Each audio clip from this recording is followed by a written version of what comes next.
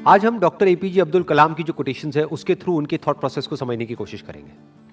जो उनका सबसे पहला कोट है और सबसे फेमस कोट है वो है, you have to dream before your dreams can come true. There are two ways of living life. एक ऑप्शन तो ये है कि जैसी हमारी रियलिटी है वो हमारे फ्यूचर को डिफाइन करे। फॉर एग्जाम्पल, आज आपकी करंट रियलिटी ये है, इस लेवल पे है, आपके पेरेंट्स ने यहां तक अचीव किया है, तो अगर उसके बेस पे आपका फ्यूचर डिसाइड होगा तो मैक्सिमम वहां से आप यहां तक सोच सकते हो। आपके पेरेंट्स भी यहां से यहां तक सोच सकते हैं, उससे ऊपर नहीं सोच सकते। बट अगर हम चाहते हैं कि हमारा जो फ्यूचर है वो प्रेजेंट से और पास्ट से बिल्कुल अलग हो, तो उसके लिए ड्रीम्स की जरूरत है, उसके लिए इमेजिनेशन की जरूरत है कि वो इमेजिनेशन आपको भगाए, ना कि आपकी जरूरतें या आपकी मजबूरियां आपको भगाएं। और इमेजिनेशन की खास बात क्या है, आपके हाथ में पूरा कंट्रोल है कि आप कहां तक सोच सकते हो, आप कहां तक इमेजिन कर सकते हो। उसका आपकी रियलिटी से कोई कनेक्शन नहीं है। हो सकता है आप एक ऐसे बैकग्राउंड से हो जहां से कि वो इमेजिनेशन दूर दूर तक मैच नहीं हो रही है। और इसका सबसे बड़ा एग्जाम्पल कौन है? Doctor APJ Abdul Kalam. पहले तो एक इतने छोटे से गांव से निकल करके एक इतना बड़ा साइंटिस्ट बनना, और उसके बाद में भी इस कंट्री के प्रेसिडेंट बनना। लाखों करोड़ों स्टूडेंट्स के लिए वो एक आइडल हैं आज भी। अगर जिस बैकग्राउंड से वो आए, जो उनकी रियलिटी थी, अगर उसके बेस पे उनका फ्यूचर डिसाइड होता तो कभी भी वो इसका 1% भी अचीव नहीं कर पाते जो उन्होंने अचीव किया। लेकिन जो भी कुछ उन्होंने अचीव किया वो किया अपनी ड्रीम्स के बेस पर। और अगर ध्यान से उनकी लाइफ को ऑब्जर्व करोगे तो कभी भी उनका सपना ये नहीं रहा कि मुझे ये पाना है, मुझे वो पाना है, मुझे वो पाना है, मुझे वो पाना है, क्योंकि ये सपना तो आपको भिखारी बना देता है। उनका सपना हमेशा से ये रहा है कि मुझे ये करना है, मुझे ये करना है, मुझे ये करना है, मुझे ये करना है, अब ये कर लिया, अब ये करना है, अब ये कर लिया, अब मुझे ये करना है, अब ऐसे कॉन्ट्रीब्यूट करना है, अब ऐसे शेयर करना है। इनफैक्ट एक आदमी की असली पहचान इससे नहीं होती कि उसको कितना मिला है, क्योंकि अगर इसी से होती तो सबसे ज्यादा लाइफ में किसको मिलता है? एक भिखारी को पूरी जिंदगी सिर्फ मिलता ही मिलता है। तो एक आदमी की असली पहचान इससे नहीं होती कि उसको कितना मिला है, बल्कि इससे होती है कि उसने क्या दिया है। तो अगर उनकी लाइफ को आप ध्यान से ऑब्जर्व करोगे तो आप एक ही चीज नोट करोगे कि उन्होंने सिर्फ दिया ही दिया है। बड़ी सिंपल लाइफ जी है उनकी लाइफ को अगर आप ऑब्जर्व करोगे, बहुत ही simple life, down to earth life. और लाइफ का सिर्फ एक ही मिशन रहा है कि किस तरीके से मैं कंट्रीब्यूट कर सकता हूं, किस तरह से जो आने वाली जनरेशन है उसको इंस्पायर किया जा सकता है, किस तरह से बच्चों के अंदर जो एक स्पार्क है जो हर बच्चे में होता है उस स्पार्क को इग्नाइट किया जा सकता है। यही उनकी पूरी लाइफ का मिशन रहा है। ऐसी लाइफ कैसे पॉसिबल हो पाई? On the basis of dreams, on the basis of imagining the future as he wanted. In fact जानवरों में और इंसानों में सबसे बड़ा फर्क यही है। जानवरों को उनकी जरूरतें भगाती है, उनकी मजबूरियां भगाती है, उनकी भूख भगाती है। बट इंसान होने का असली मतलब यह है कि आपको आपकी जरूरतें ना भगाएं, बल्कि आपकी सोच भगाए, बल्कि आपकी ड्रीम्स भगाए, बल्कि आपकी इमेजिनेशन भगाए।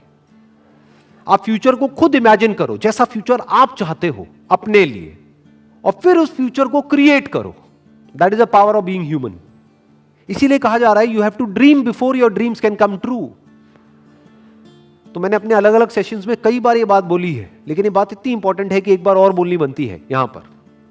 90% से ज्यादा लोग लाइफ में इसलिए फेल नहीं होते हैं कि वो कुछ बहुत बड़ा सोचते हैं और उसको अचीव नहीं कर पाते हैं। वो इसलिए फेल होते हैं क्योंकि वो बहुत ही छोटा सोचते हैं और उसको अचीव कर लेते हैं, यानी कि उनकी ड्रीम्स होती ही नहीं है। लोग इसलिए नहीं फेल होते हैं कि उनकी बहुत बड़ी ड्रीम्स थी और वो पूरी नहीं हुई। लोग इसलिए फेल होते हैं क्योंकि एक्चुअल में उनकी कोई ड्रीम्स थी ही नहीं।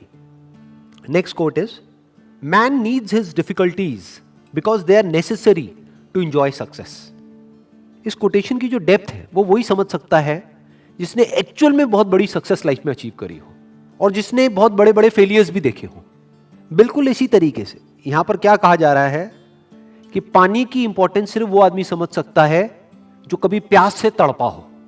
खाने की इंपॉर्टेंस वो आदमी समझ सकता है जिसने भूख देखी हो, जिसको बचपन से ही 56 भोग मिला है, जितनी उसकी भूख थी उससे बहुत ज्यादा मिला है। क्या उसके लिए खाने की कोई वैल्यू है? बट जो आदमी 2 दिन से भूखा है उसको आप कुछ रूखा सूखा भी दोगे तो उसकी क्या वैल्यू है उसके लिए, वो सिर्फ वही आदमी जानता है। ऐसे ही सक्सेस का मतलब सिर्फ वो आदमी समझ सकता है जिसको सक्सेस मुश्किल से मिली हो, जिसके बाप ने कुछ किया और करके एक लेवल तक पहुंचा और उस बच्चे को ले जा करके कुर्सी दे दी और वहां पर बिठा दिया। वो कभी नहीं समझ सकता कि सक्सेस का मतलब क्या है। इनफैक्ट सक्सेस को वही आदमी डीपली इंजॉय कर पाएगा और ज्यादा टाइम तक इंजॉय कर पाएगा जिसको वो सक्सेस बहुत ही मुश्किल से मिली हो, जो उसके लिए बहुत तड़पा हो। इसको आप इस तरीके से कह सकते हो कि एसी का मजा एक्चुअल में किसको आ सकता है? जिसने गर्मी को फील किया हो, जिसने गर्मी को एक्सपीरियंस किया हो। जैसे मुझे अपने बचपन की एक बात याद है, when I was I think around 8 to 10 years old, तो हमारे घर में पंखे होते थे। तो हमारे एक रिलेटिव होते थे, उनके घर में एसी लगा था। उस वक्त एसी बहुत कम घरों में होता था, आज तो कॉमन हो गया है। मुझे अभी भी एग्जैक्ट याद है वो फीलिंग, जब मैं उनके घर जाता था तो वो जो एसी वाला कमरा था, जैसे ही उसका गेट खोलता था और वो हवा पड़ती थी, ये अंदर थोड़ी देर के लिए बैठने को मिल जाता था, तो क्या फीलिंग आती थी वो मैं ही जानता हूं। That was like heaven on earth. जबकि देखा जाए तो क्या है कि एसी तो है। अब ये फीलिंग क्या कभी उस बच्चे को मिली होगी जो पैदा ही एसी में हुआ? तो मुश्किलों से डरो मत, मुश्किलों को अपना दुश्मन मत समझो। मुश्किलें आपकी एक्चुअल में दोस्त है, क्योंकि जितनी ज्यादा आपने मुश्किलें सही हैं, जितने ज्यादा आपने फेलियर्स देखे हैं, उतना ही ज्यादा आपको मजा आने वाला है जब आपको सक्सेस मिलेगी। Next quote is, it is very easy to defeat someone but it is very hard to win someone. किसी को भी हराना बहुत आसान है। कैसे हराना? चाहे फिजिकली हराना, चाहे बातों में हराना। किसी को भी तोड़ना, हराना मतलब तोड़ना, बहुत आसान है। और विन का मतलब जोड़ना, अपने साथ में जोड़ना बहुत मुश्किल है। It is very hard to win someone. कैसे जीतना? उसका दिल जीतना, उसको जीत लेना, उसको दोस्त बना लेना, उसको अपना बना लेना, उसको अपने साथ जोड़ लेना बहुत मुश्किल है। क्योंकि उसके लिए एक ऐसी क्वालिटी चाहिए जो बहुत ही कम लोगों में होती है। क्या है वो क्वालिटी? पेशेंस। बहुत पेशेंस चाहिए। जैसे आपके घर में कोई पौधा है, उसको तोड़ना कितना आसान है। उसको पकड़ो और जड़ से उखाड़ दो और फेंक दो, बट उसको पालना कितना मुश्किल है। रोज पानी देना होगा, ध्यान रखना होगा, कहीं कीड़े तो नहीं लग रहे, तो खाद डालनी होगी, उसको सनलाइट देनी होगी प्रॉपर, ना ज्यादा ना कम। मतलब कितना एफर्ट है। उस पौधे का ध्यान रखना कितना मुश्किल है।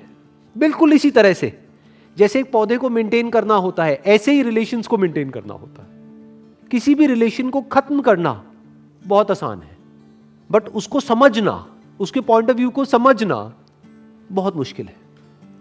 और मजे की बात क्या है, हमारा जो पूरा का पूरा एजुकेशन सिस्टम है, it is all about defeating someone, not winning someone.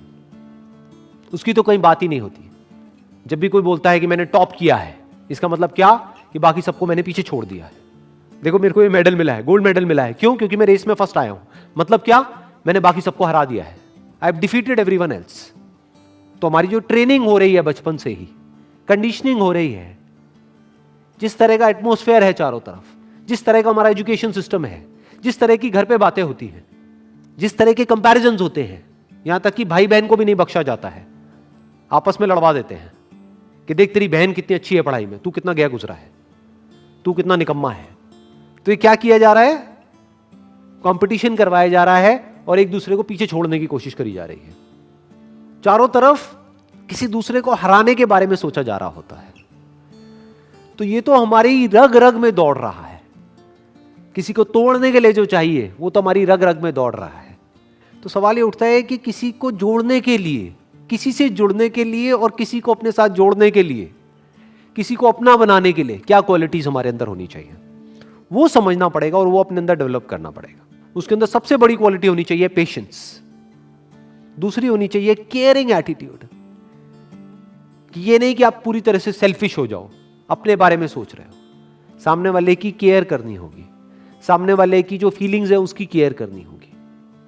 अगर दूसरे वे में देखा जाए तो एक तरफ से क्या हो रहा है, जब आपने किसी को हराया तो जिंदगी भर के लिए आपको एक दुश्मन मिल गया, क्योंकि अब वो मौका ढूंढेगा आपको हराने का, और आज नहीं तो कल आपको हराएगा।